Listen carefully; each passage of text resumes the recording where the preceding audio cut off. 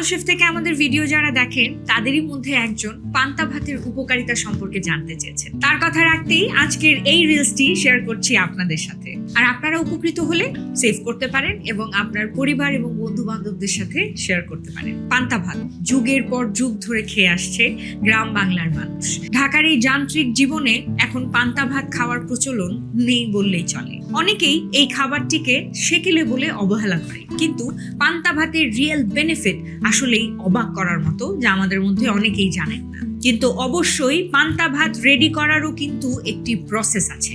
শুধু ভাত ভিজিয়ে খেলেই যে পান্তা ভাতের বেনিফিট পাবেন তা কিন্তু নয়। আগের দিনে বেঁচে যাওয়া ভাত রাতে পানিতে ভিজিয়ে রাখতে হবে, তারপর সকালে এতে সামান্য লবণ দিয়ে ভালো করে মেখে খান। এর সাথে স্বাদ ও পুষ্টি আরো বাড়াতে সামান্য টক দই মিশিয়ে নিতে পারেন। পান্তা ভাত উপকারী ব্যাকটেরিয়া সমৃদ্ধ।